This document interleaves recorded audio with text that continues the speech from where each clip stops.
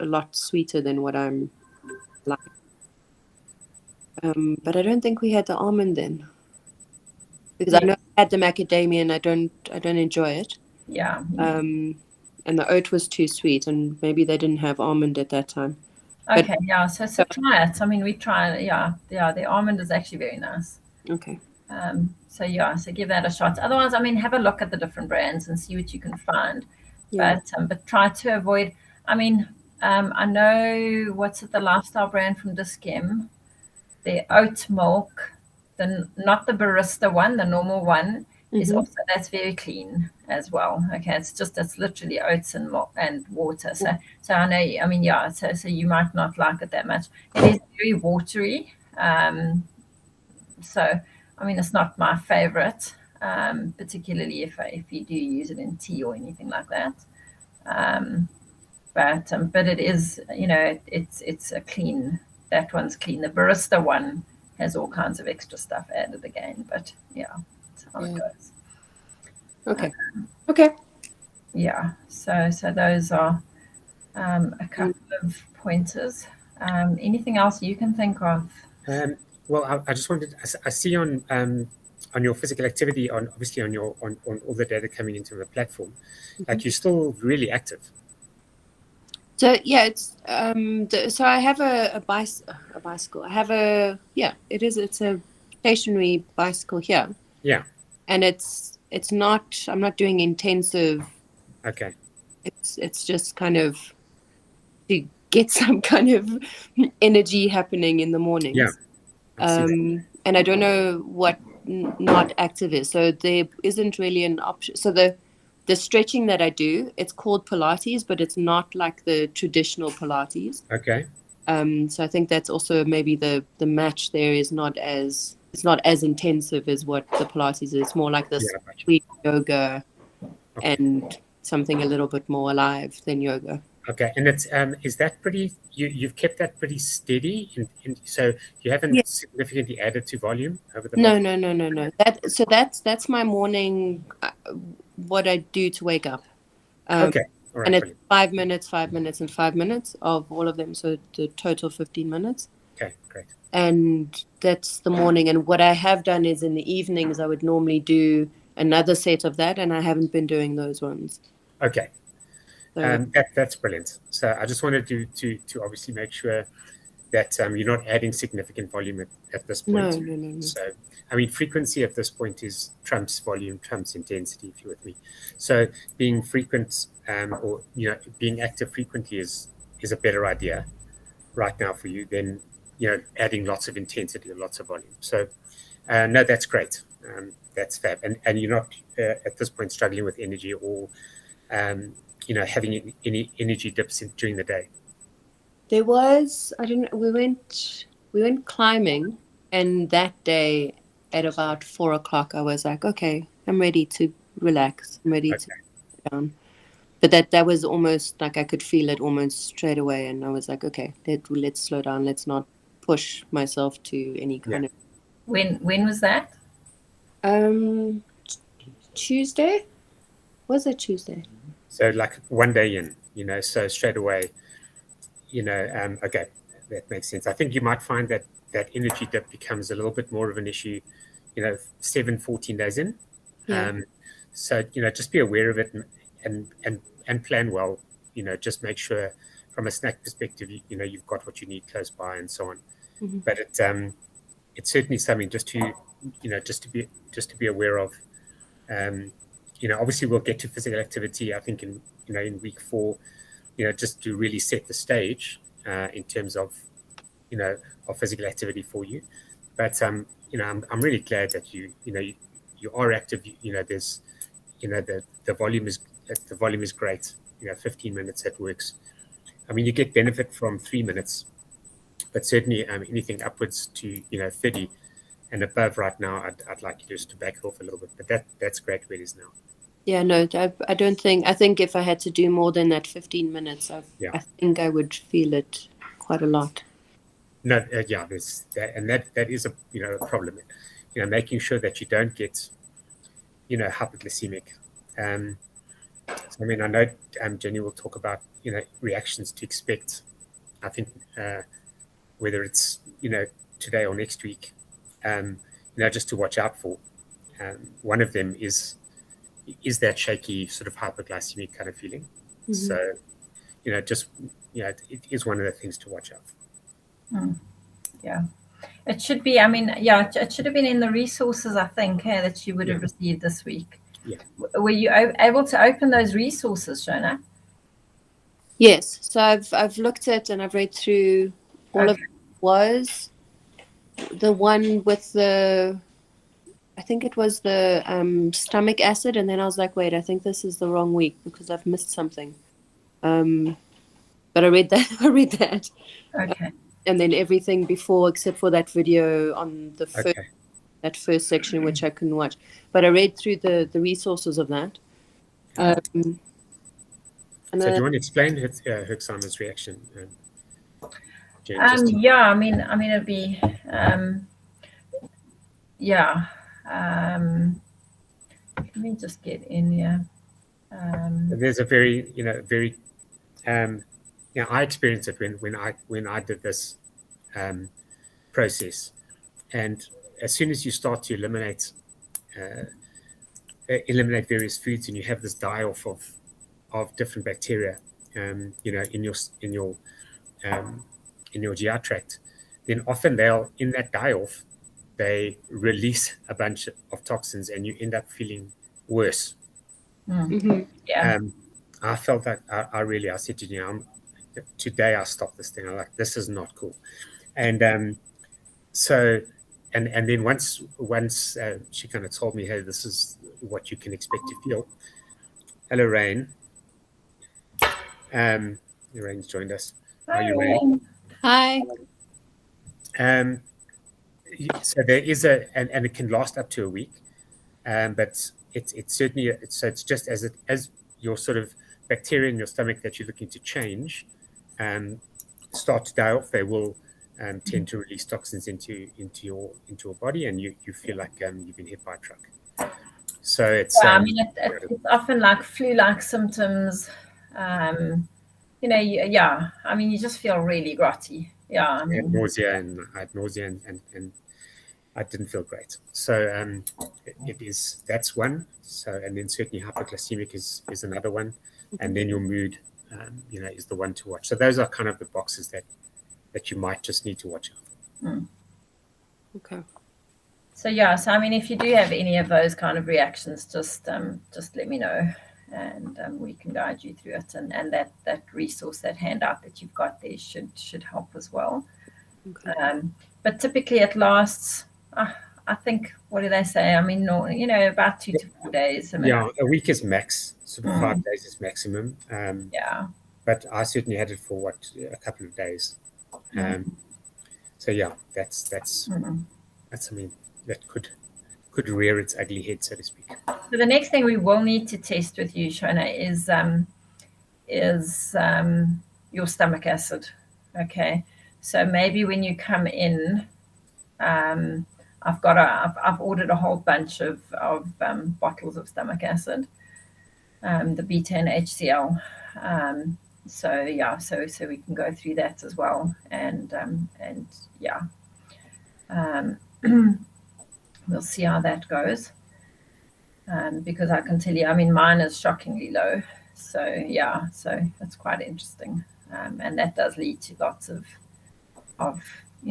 downline issues. So yeah. And that's the one the resource that I'd read, and I thought, no, this is probably not what I should be reading today. But that's like you take one and then see how it does, and then you take another one, and then you get to the point, and then you okay. Yeah. So we need to start looking at that slowly as well. Okay.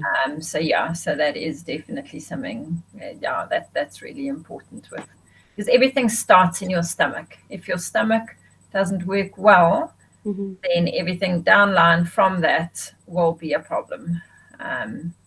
You'll end up with SIBO, small intestinal bacterial overgrowth. You're not going to be able to break down your food properly or absorb it, or Your B12 is dependent on your stomach acid, etc., etc. So lots of stuff happens that all starts kind of in your stomach. So we've got to make sure that that's optimal. Okay. I think there was something else. So I did read that foods to add that are actively anti-inflammatory, and turmeric was one of them. Yeah. And there wasn't, like, I was looking for a full list. I mean, I have turmeric and everything, but are there other? Yes. Yeah. So I've got a really nice sort of infographic on anti-inflammatory foods. So I'll make a note and I'll send that through to you. So Okay. there is a fairly comprehensive list. So I'll send it on. Right. I thought I could Google something, and then I thought maybe I should stay away from Google and looking. Yeah, it can be really tricky. But a good starting point with anti-inflammatory, like major anti-inflammatory stuff is turmeric and ginger and your red berries. So like half a cup of red berries a day will make a big difference on your inflammation. But we'll pick that up again. So once we do your DNA, it'll be really interesting because that'll show us what your inflammatory genes are like as well. And whether or not that is a problem, because it's not a problem for everyone. Yeah. So yeah, but those are very, very good anti-inflammatory foods. Okay. And maybe it would be good. I don't know. Maybe Rain can tell me what tea you drink or coffee, not coffee. Rain's just started the program. Rain, are you there? Not yet. Okay. I mean, I tell you what I've switched to is the Woolies Rooibos vanilla tea. I found that quite nice, and with a little bit of your milk in it, it's very nice. So I did that when I did the elimination diet. I switched out tea and coffee for that, and just with the milk in and stuff like that, it did make, it was that little bit of comfort kind of thing that your tea or coffee would give you. So yeah, that kind of worked for me. I'm gonna try that. The herbals they taste poison. Yeah, they always smell wonderful, but they don't taste quite the same as they smell. But yeah, so I do like, and they've also got a rooibos with peach and apricot, and that's quite nice as well. So those two are quite nice to try. Actually, they're quite pleasant. Vanilla and then peach in it. Yeah. So try those two. I mean, I found those worked. And then just like lots of lemon water or lime water, during the day. That really helps to detox as well. The lemon and the lime help your liver. Yeah, I did that. So there's one of the resources that say the 500 mils of lemon water, warm lemon water in the morning. So that's what I would normally do before I start any kind of exercises. Have 2 glasses of water, and I've now swapped that to the lemon water. Yeah. And what was I going to? Okay. Do you have a juicer, Shona? Yes, we do. Okay. So you can also have like lemon water with like a shot of ginger and turmeric in there. Okay. So if you can find fresh turmeric, go easy on it. It is quite potent. But yeah, some fresh turmeric and ginger with lemon water is quite potent, and yeah, you can try that. You can add that in. Okay. So the turmeric, I eat quite a lot of oats in the morning, and the turmeric goes in the oats every morning. Okay, awesome. Excellent. Yeah, no, that's brilliant. Absolutely. And when I had toast, I used to have the avo and then the turmeric on the avo and on the toast. Yeah. They were cancelling each other out, but yeah, awesome. Okay.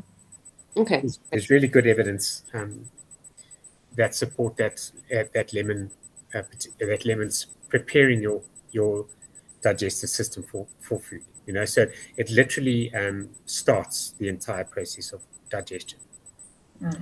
So, and that's what really what the mechanism is, and that's why it's so important to do that, because otherwise it takes quite a long time then for your digestive system to catch up.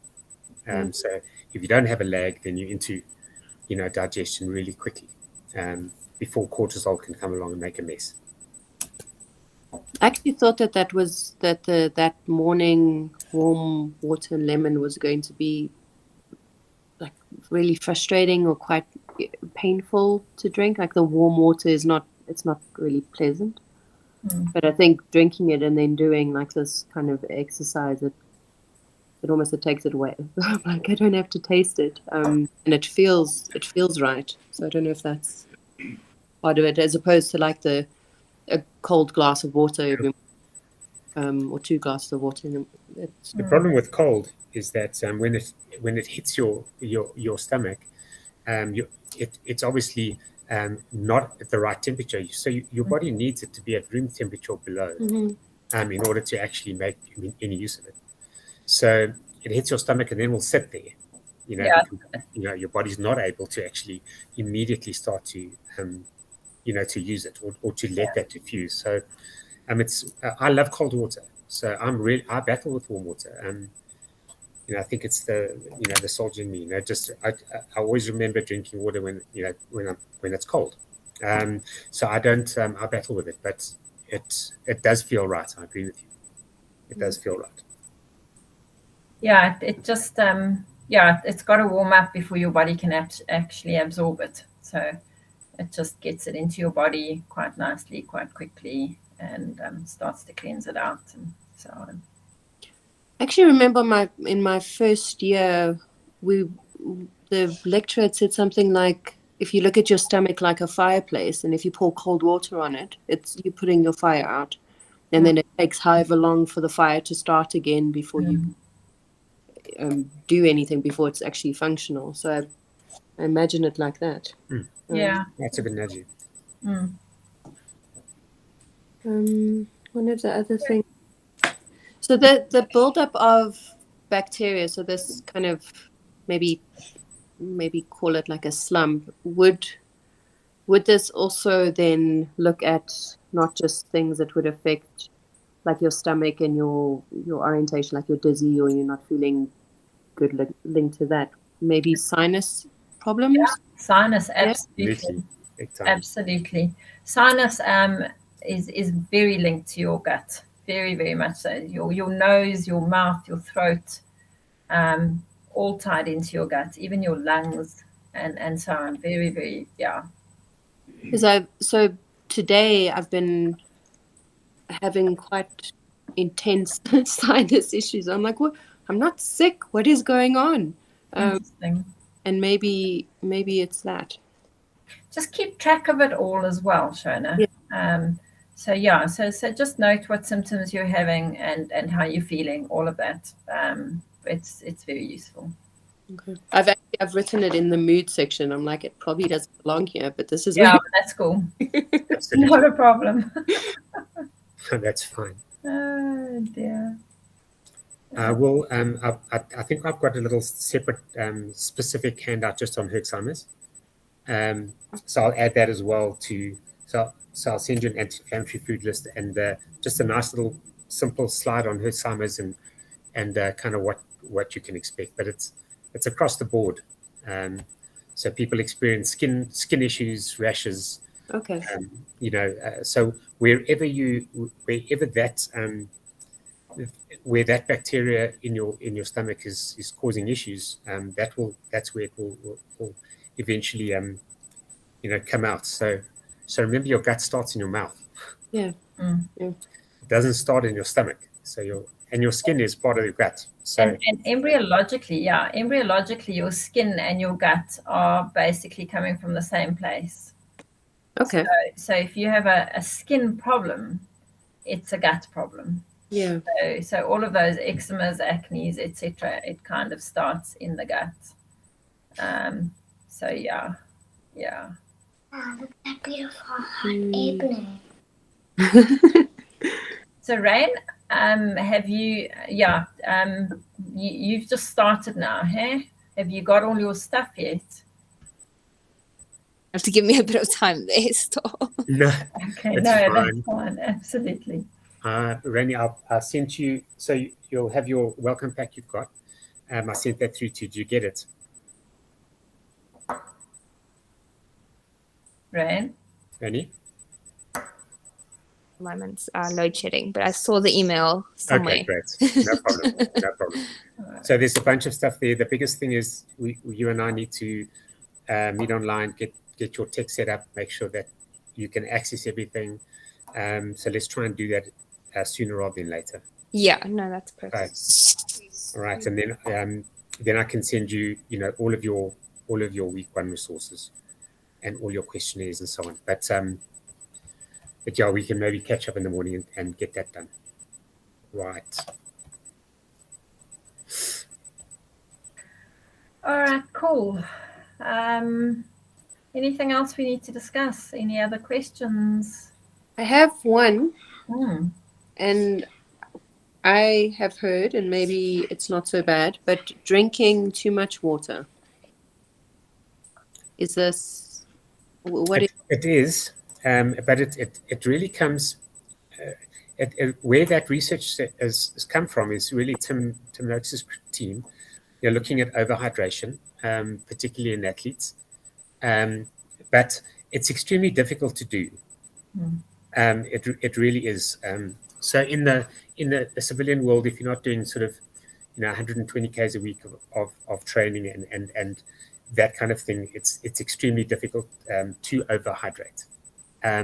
What overhydration can cause is obviously kidney failure. Mm-hmm. But we are talking about massive amounts of water. Yeah. Upwards of 12 to 15 liters a day. That kind of amount. So he found that reaction in people doing training for ultras and ultra marathons, and obviously also during exercise you have splanchnic shutdown. So you have a shutdown of blood to your stomach. Mm-hmm. So obviously your body's much more concerned with skeletal muscle at that point. So if you're taking in lots of water and you don't have good blood supply to your stomach at that time, that's when you can overhydrate. So unless you in a life-threatening situation or you exercising really, really hard, then you won't have splanchnic shutdown and you have normal blood flow to the stomach. So there shouldn't be any concerns for you. Okay, great. Yeah, that's a lot of water. So, and those are people, doing ridiculous amounts. I don't know how it's possible to get 12 to 15 liters of water in a day. I don't know how you do that. I battle with 4 glasses. So, A lot of water. That's sure. Okay. And then my biggest concern is Yeah. diffuse. Thank you. No problem. So just I'll share my screen quick, and I'll just show you those reactions quickly, everyone. So let's go and see if we can do that. Sorry, I think it might be this one here. Nope. To my screen. Okay, so I'm doing everything. So just have a shout. You should be able to see that. Just let me know if you can. Yeah. Yes. Okay. So these are kind of the sort of boxes that you can look for possible reactions. So you see on the top left, Herxheimer, and there's some nice little natural remedies for each of these issues. So in Herxheimer, you look for your natural anti-inflammatories like curcumin. You can look at binders, charcoal binder, or Alka-Seltzer Gold for as a buffer. There's hyperglycemia. That's your obviously you're dizzy, shaky when your blood sugar drops through the floor. So obviously making sure that you're eating frequently and having protein and fat. Fat is ideal for hypoglycemia, but as long as you get it, 15 or 20 minutes before you start feeling really crappy. GI problems, it's all about fiber, and there's some nice ones here: chamomile and peppermint tea, entry-coated peppermint capsules, or magnesium citrate, which is quite nice, but obviously if you use it quite carefully. And coffee as craving. If you're craving coffee or sugar, which is quite interesting, buffered vitamin C takes away that craving. So yeah, that's kind of the groups. I'll just drop that onto your resource list there.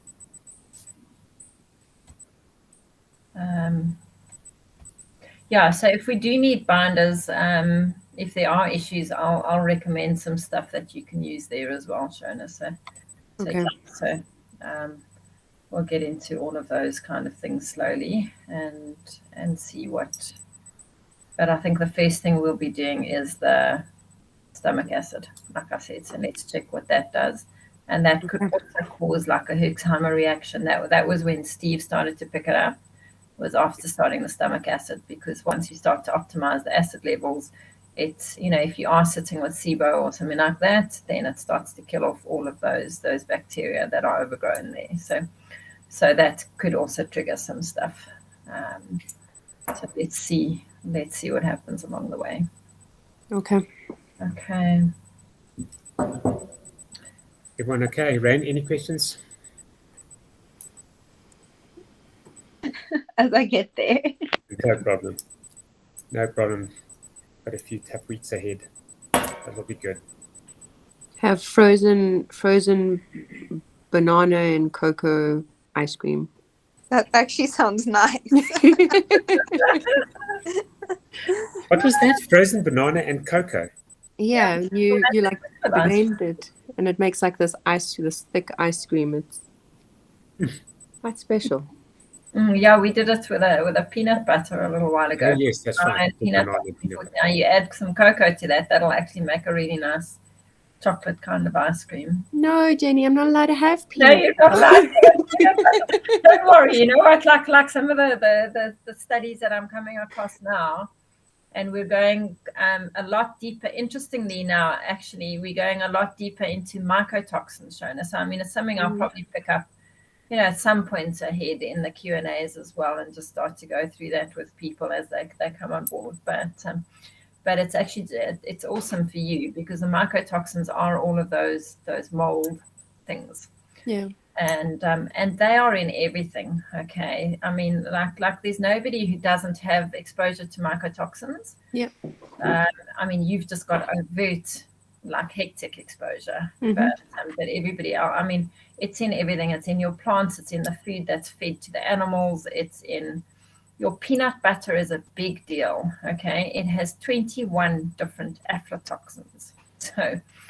So peanuts are just not good for us, actually, I don't think, regrettably.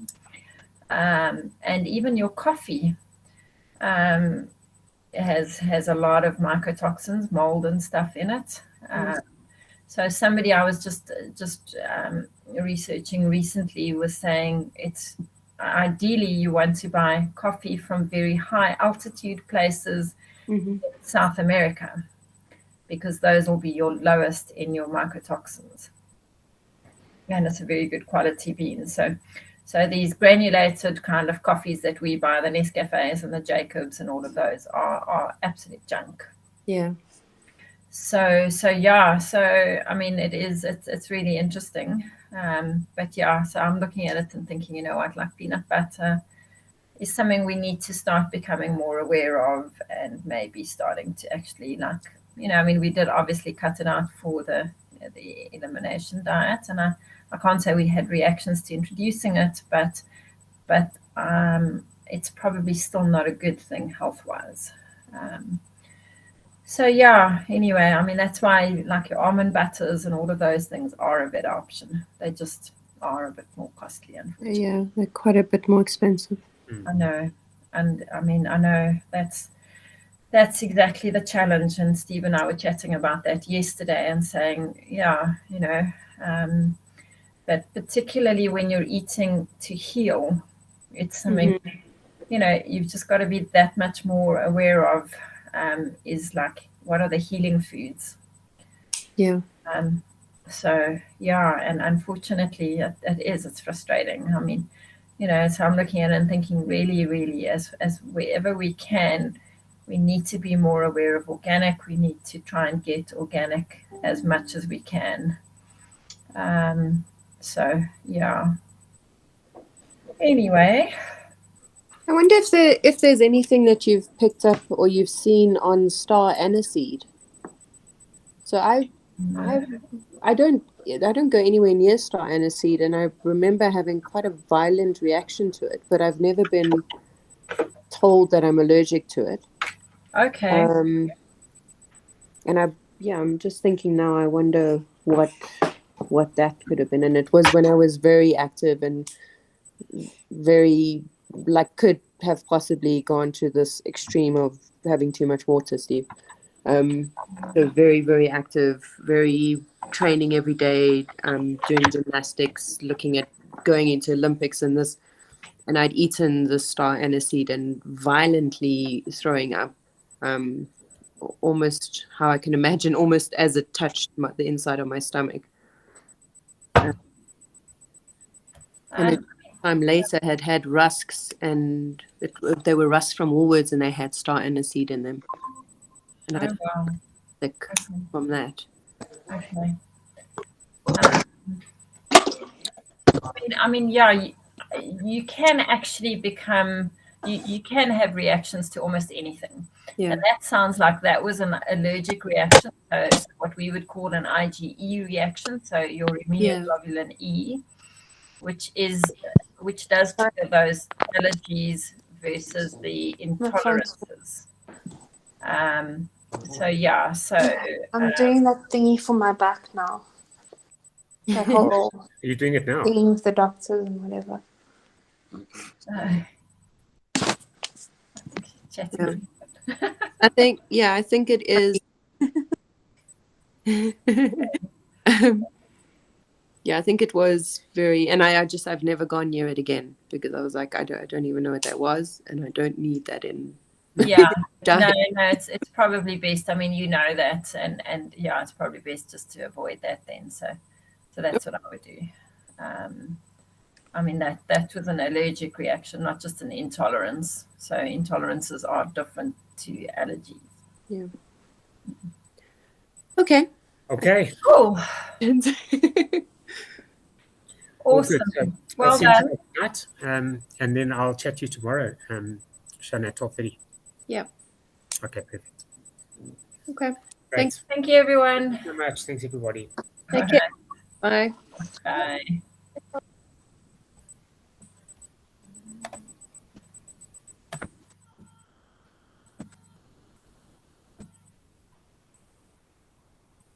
Hello, Rain.